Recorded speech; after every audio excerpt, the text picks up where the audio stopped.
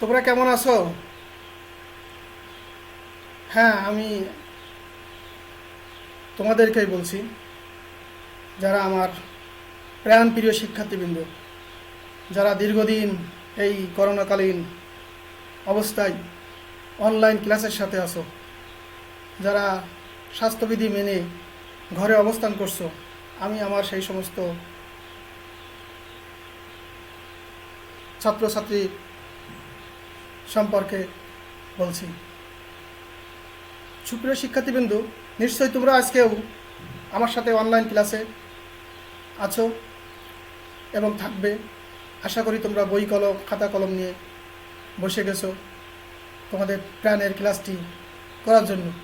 সুপ্রিয় শিক্ষার্থীবৃন্দ, তো আমি আজকে তোমাদের স্বাগতম জানাচ্ছি আমার এই ক্লাসে।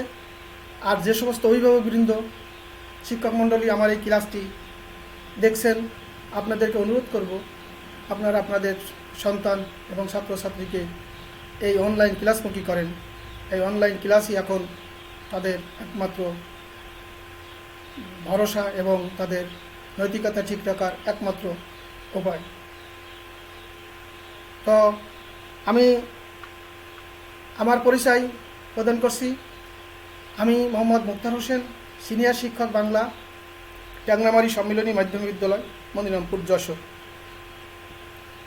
আমি তোমাদের উদ্দেশ্যে এখানে আমি আমার দুটি মোবাইল নম্বর এবং আমার ইমেল নাম্বারটি এখানে দিয়ে দিয়েছি। তো তোমরা যে কোনো প্রয়োজনে আমার সাথে যেন যোগাযোগ করতে পারো। শুধু আমার ক্লাসটি না, বাংলাদেশের অনলাইন ক্লাস সারা বাংলাদেশে হচ্ছে। এই অনলাইন ক্লাসে তোমরা যদি কোনো সমস্যা বোধ করো, বুঝতে না পারো, আমার কাছে জিজ্ঞেস করবে। বিশেষ করে বাংলা বিষয়ের জন্য জিজ্ঞেস করবে। সুপ্রিয় শিক্ষার্থীবৃন্দ, বাংলাদেশের বিভিন্ন প্রান্ত থেকে অজস্র অনলাইন ক্লাস হচ্ছে। অনলাইন ক্লাসে তোমরা তোমাদের সমাধান করে নিতে পারো। এক এক স্যার এক একভাবে তোমাদেরকে বোঝানোর চেষ্টা করছে। আমি আশা করি তোমরা এতে উপকৃত হবে, এর সঙ্গে থাকবে। তো আমি আজকে তোমাদের জন্য যে পাঠটি নিয়ে আসছি সেটা হচ্ছে, আমার যে সমস্ত শিক্ষার্থীবৃন্দ সপ্তম শ্রেণীতে অবস্থান করছো তাদের জন্য বাংলা প্রথম পত্র থেকে নিয়ে আসছি। প্রথম অধ্যায় বাংলা প্রথম পত্রের প্রথম অধ্যায় কবিতা অংশ নিয়ে আসছি। তো আমি তোমাদের এখানে কিছু ছবি দেখাতে চাই। তোমরা মনোযোগ সহকারে ছবিগুলো দেখো। দেখো, এখানে অজস্র লোক কি দেখছে দূরের প্রান্তে। এখানে দেখো দুজন মানুষ, তারা দূরে নদীতে কি দেখছে। আবার এখানে দেখো নদীর পাড়ে এখানে মেলা হচ্ছে, অনেক লোক ঘুরে বেড়াচ্ছে। আবার দেখো ওই গ্রাম, ওই দূরে সবুজ গ্রাম, পুকুর ইত্যাদি। তো আমরা এখানে কি দেখতে পেলাম? আমরা কি কিছু বুঝতে পারলাম? প্রিয় শিক্ষার্থীবৃন্দ, দেখি আমরা আরেকটু কিছু দেখার চেষ্টা করি, বোঝার চেষ্টা করি। দেখো এখানে আমরা কি দেখতে পাচ্ছি? ওই দূরে নদীতে নৌকা, এখানে ওই নদীর মাঝখানে নৌকা, ওইখানে অনেক অসংখ্য নৌকা এখানে নদীতে গোসল করছে। এখানে বাচ্চারা হই হুল্লো করছে, ওখানে নদীর প্রান্তে বসে চেয়ে আছে, নদী সাইড দিয়ে হেঁটে যাচ্ছে। তাহলে আমরা কি অজানা অনেক কিছু, অজানা কিছু দেখছি, তাই না? তো দেখুন, আমরা এখানে তোমাদের জন্য একটা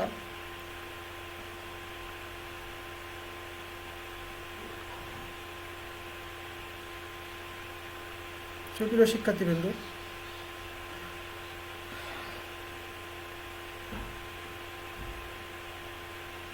তোমাদের এখানে একটা অডিও শোনাতে চাই আমি। সরি, অডিওটা দেখানো গেল না। তো আমাদের আজকের পাঠ নতুন দেশ। দেখো সুপ্রিয় শিক্ষার্থীবৃন্দ, আমাদের লেখক আছে রবীন্দ্রনাথ ঠাকুর। আমরা এখন শিকন ফল দেখব। প্রিয় শিক্ষার্থীবৃন্দ, শিকন ফলটা কি? শিকন ফল হচ্ছে, এই কবিতা থেকে লেখক তোমাদেরকে কি শিখাতে চান, শিক্ষানীয় কি বিষয় আছে, কি শিখবো এখান থেকে, আমরা ভবিষ্যতের জন্য কি শিখলাম, এটা হচ্ছে শিকন ফল। যদি লেখকের শিকনফল যথাযথ অর্জিত হয়, তাহলেই মনে করবো যে আমার শিকনফল অর্জিত হয়েছে, আমাদের গল্প কবিতা পড়া সার্থক হয়েছে। তো আমি এখানে কিছু শিকনফল তোমাদের দিয়ে রাখছি, সেই শিকনফলগুলি দেখো। কবি রবীন্দ্রনাথ ঠাকুরের সংক্ষিপ্ত পরিচয় বলতে পারবে, আর কি বলতে পারবে, নতুন ও অজানা শব্দগুলো অর্থ বলতে পারবে, কবিতাটি শুদ্ধ রূপে আবৃত্তি করতে পারবে, আর প্রাকৃতিক সৌন্দর্য ঘেরা আমাদের এই দেশের বর্ণনা দিতে পারবে। প্রিয় শিক্ষার্থীবৃন্দ, আর কী পারবে, কবিতার মূল ভাব লিখতে পারবে। এই কবিতার মূল ভাবটা কি সেটাও লিখতে পারবে। সুপ্রিয় শিক্ষার্থীবৃন্দ, আমরা এখন আমাদের কবির পরিচয় জানব। জন্ম তারিখ ও জন্মস্থান: 1861 খ্রিস্টাব্দে 7 মে, 25শে বৈশাখ 1268 বঙ্গাব্দ কলকাতায় জোড়াসাঁকোর ঠাকুর পরিবারে জন্মগ্রহণ করেন। তার শিক্ষা জীবন আছে। পারিবারিক শিক্ষা গ্রহণ করেন। 17 বছর বয়সে বিলেত যান ব্যারিস্টারি পড়া পড়তে। রচনাবলী আছে: কাব্য বলাকা, গীতাঞ্জলি, সোনার তরী, খনিকা। তার উপন্যাস, শেষের কবিতা, গোরা, যোগাযোগ, ঘরে বাইরে ইত্যাদি। সাহিত্যের অবদান: উপন্যাস, কবিতা, নাটক, প্রবন্ধ, গল্প ও 15 বছর বয়সে বনফুল কাব্য প্রকাশ। আমাদের জাতীয় সঙ্গীতের রচয়িতা, এগুলো তার অবদান। বিশেষ পরিচিতি: আমাদের এই লেখক সাহিত্যিক, চিন্তাবিদ, শিক্ষাবিদ, গীতিকার, নাট্যকার, সুরকার, অভিনেতা, সমস্ত জায়গায় তিনি ছিলেন। পুরস্কার: গীতাঞ্জলি কাব্যের জন্য 1913 সালে নোবেল সাহিত্যে পুরস্কার লাভ করেন। সুপ্রিয় শিক্ষার্থীবৃন্দ, আমাদের এই কবির উপাধি ছিল বিশ্বকবি, আর ছদ্মনাম ছিল ভানু সিংহ। আমাদের এই সবার প্রিয় গীতিকার, নাট্যকার, সুরকার, অভিনেতা মৃত্যুবরণ করেন 1941 খ্রিস্টাব্দে 7 আগস্ট, বাংলা 22 শ্রাবণ 1348 বঙ্গাব্দ। সুপ্রিয় শিক্ষার্থীবৃন্দ, এখন আমি তোমাদের সঙ্গে আদর্শ পাঠ নিয়ে আসব। আদর্শ পাঠ সেই পাঠ যে পাঠ শিক্ষক শিক্ষার্থীদের উদ্দেশ্যে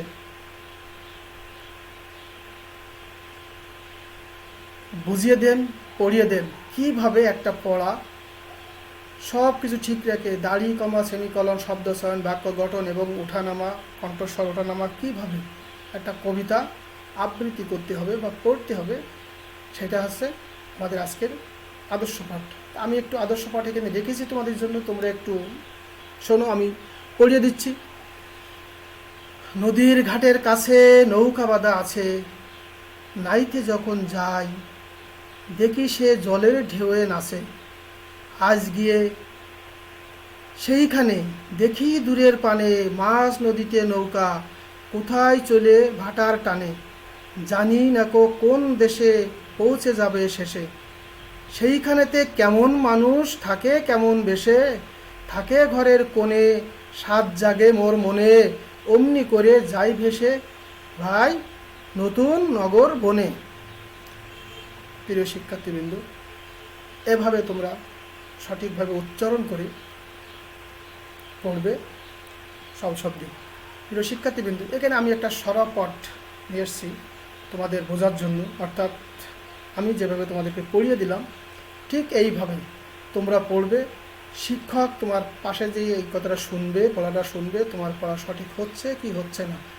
আমি তোমাদের জন্য এখানে একটু স্বরপট রেখেছি, তোমরা একটু এটা পড়বে। সেটা দেখো, আমি তোমাদের এটাও একটু পড়িয়ে দিচ্ছি, তোমরা আরেকটু মনোযোগ সহকারে শোনো। দূর সাগরের পরে জলের ধারে ধারে নারিকেলের বনগুলি সব দাঁড়িয়ে সারে সারে। পাহাড় চূড়া সাজে নীল আকাশের মাঝে, বরফ ভেঙে ডিঙিয়ে যাওয়া কেউ তা পারে না যে। কোন সে বনের তলে নতুন ফুলে ফলে, নতুন নতুন পশু কত বেড়ায় দলে দলে। কত রাতের শেষে নৌকা যে যাই ভেসে, বাবা কেন আপিসে যায় যায় না নতুন দেশে।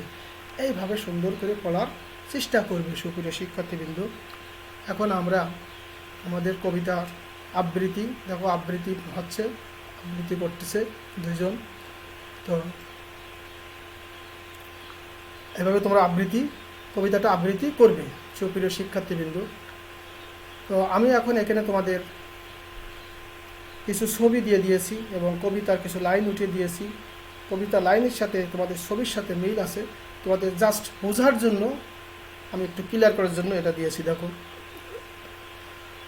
নদীর ঘাটের কাছে নৌকা বাঁধা আছে, নাইতে যখন যাই দেখি সে জলের ঢেউয়ে নাচে। দেখো ছবির সাথে দেখো তোমাদের মিল আছে। তারপর দেখো, আজ গিয়ে সেইখানে দেখি দূরের পানে, মাঝ নদীতে নৌকা কোথায় চলে ভাটার টানে। ওই দেখো মাঝ নদীতে নৌকা ভাটার টানে চলে যাচ্ছে। জানি না কোন দেশে পৌঁছে যাবে শেষে, যেইখানেতে কেমন মানুষ থাকে কেমন বেশে। কল্পনা করতেছে যে কোন দেশে পৌঁছে যাবে, সেখানে কোন ধরনের মানুষ থাকে।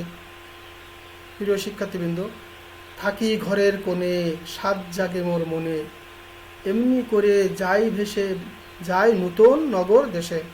ঘরের কোণে বসে থাকতে থাকতে মনে সাত জাগে যে এমনিভাবে আমিও যদি ভেসে যেতে পারতাম সেই অজানার দেশে।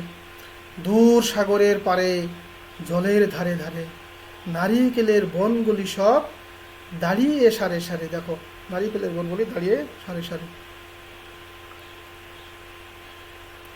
পাহাড় চোরা সাজে নীল আকাশের মাঝে, বরফ ভেঙে ডিঙ্গিয়ে যাওয়া কেউ তা পারে না যে।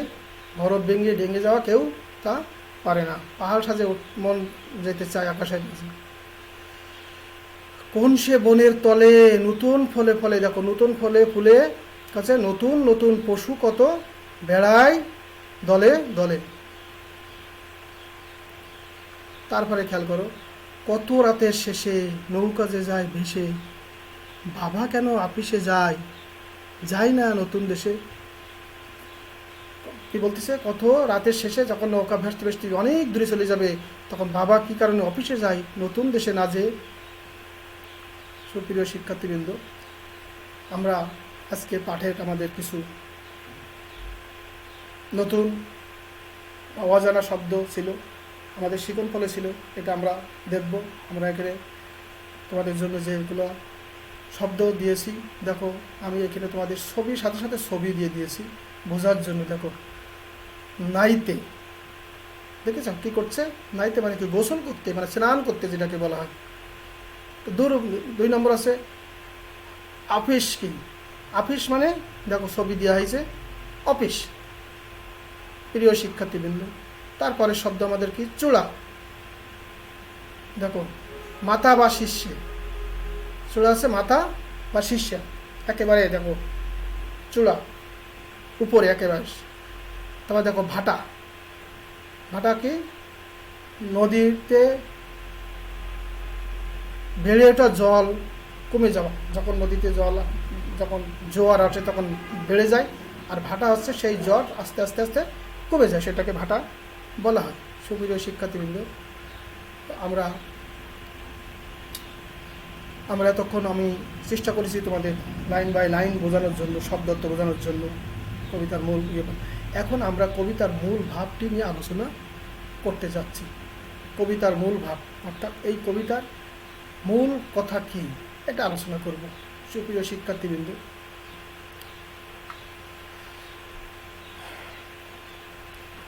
দেখো আমি পড়ছি, তোমরা শোনো মনোযোগ সহকারে এবং বোঝার চেষ্টা করো, যেখানে না বুঝবে বলবে। কবিতাটি রবীন্দ্রনাথ ঠাকুরের সহজ পাঠ গ্রন্থের প্রথম ভাগ থেকে নেওয়া হয়েছে। এই কবিতায় অজানাকে জানার সীমাহীন কৌতূহল, অজানাকে জানার সীমাহীন কৌতূহল এবং প্রকৃতির সকল রহস্য উন্মোচন করার অপার আকাঙ্ক্ষার কথা প্রকাশিত হয়েছে। কি বলছে? ভাটার টানে ঘাটে বাঁধা নৌকা মাঝ নদী পেরিয়ে কোথায় গিয়ে পৌঁছবে তার কোনো ঠিক নাই। হয়তো কোনো নতুন দেশে বা নতুন পরিবেশে পৌঁছবে, হয়তো বা কোনো নতুন জায়গা নতুন পরিবেশে যেই সেই নৌকা পৌঁছাবে। এইসব প্রশ্নের উত্তর জানতে কৌতূহল জাগবে যে কারণে, যে কোথায় যাবে, কী অবস্থায়, সেখানে কেমন জায়গা, হয়তো কোনো অসীম সৌন্দর্য অথবা অজানা আনন্দ, অপর বিস্ময় তার জন্য অপেক্ষা করছে। অজানার প্রতি এই ব্যাকুলতা শিশুরা তার আশপাশের সবার মধ্যে দেখতে চায়। সুপ্রিয় শিক্ষার্থীবৃন্দ, কবিতার মূল ভাবটি তোমরা শুনলে যে আসলে মানুষ সবসময় অজানার ভিতরে যেতে চায়, জানতে চায়, কৌতূহল জাগে যে অজানায় কী আছে সেখানে।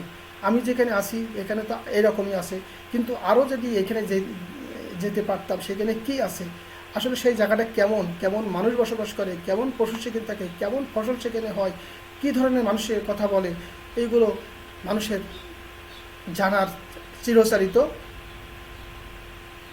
কি আকাঙ্ক্ষা মানুষের ভিতরে থাকে। সুপ্রিয় শিক্ষার্থীবৃন্দ, তো আমি এখন তোমাদের জন্য এই কবিতার মূল্যায়ন অংশ চলে আসছি। অর্থাৎ আমরা এতক্ষণ যা আলোচনা করলাম তোমরা কতটুকু বুঝেছো, ছোট ছোট প্রশ্নের মাধ্যমে তোমাদের কাছে জিজ্ঞাসা করা হচ্ছে।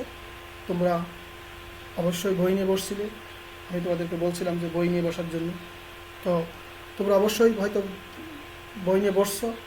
তো আমাদের এখানে প্রথম প্রশ্ন আছে, জলের ধারে কি দাঁড়িয়ে আছে? জলের ধারে কি দাঁড়িয়ে আছে? দেখো এখানে আমাদের 4টি প্রশ্ন আমি এখানে দিয়েছি তোমাদের জন্য। নতুন নগর, পাহাড়ছোড়া, নারকেল বন, নতুন পশু। এখানে কি আছে? আমাদের উত্তর হবে কোনটা?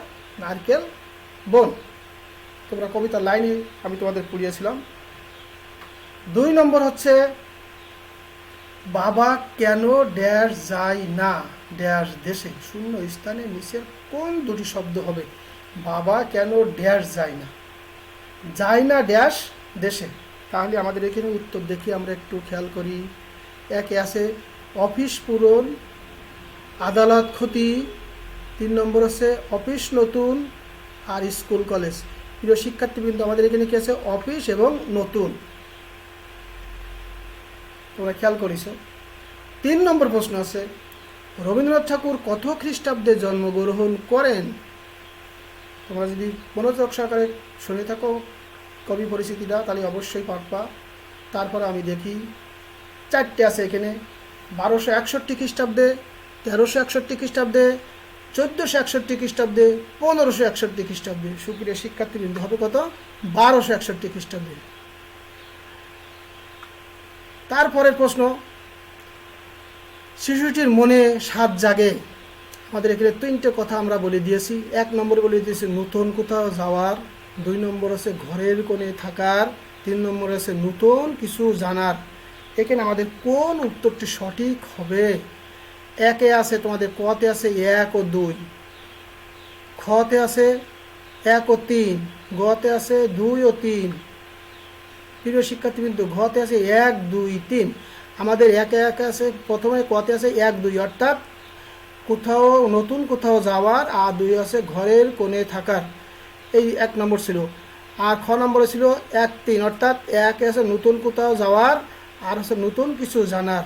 সুপ্রিয় শিক্ষার্থীবৃন্দ, আর 3 গতে আছে 2, 3, 2 আছে কোথায়? ঘরের কোণে থাকার আর নতুন কিছু জানার।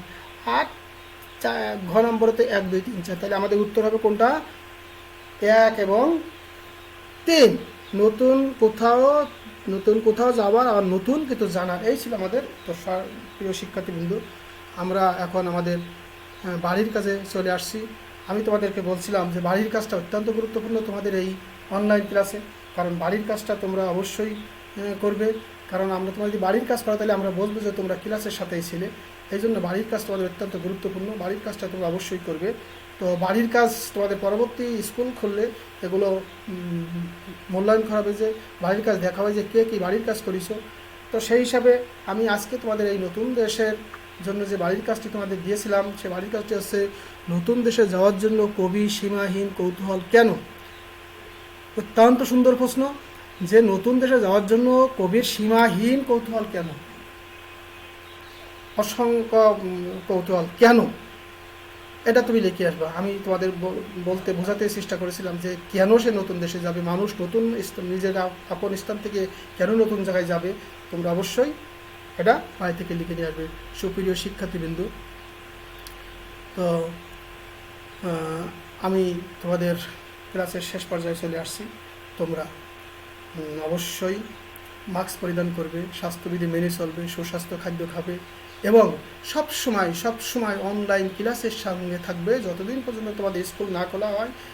স্যারেদের সাথে থাকবে, ক্লাসের সামনে থাকবে, সব সময় ভালো কাজের সাথে থাকবে এই প্রত্যাশা করি এবং আগামী ক্লাসের আমন্ত্রণ জানিয়ে আজকের মতন এখানে সবাইকে ধন্যবাদ জানাচ্ছি। খুদা হাফেজ।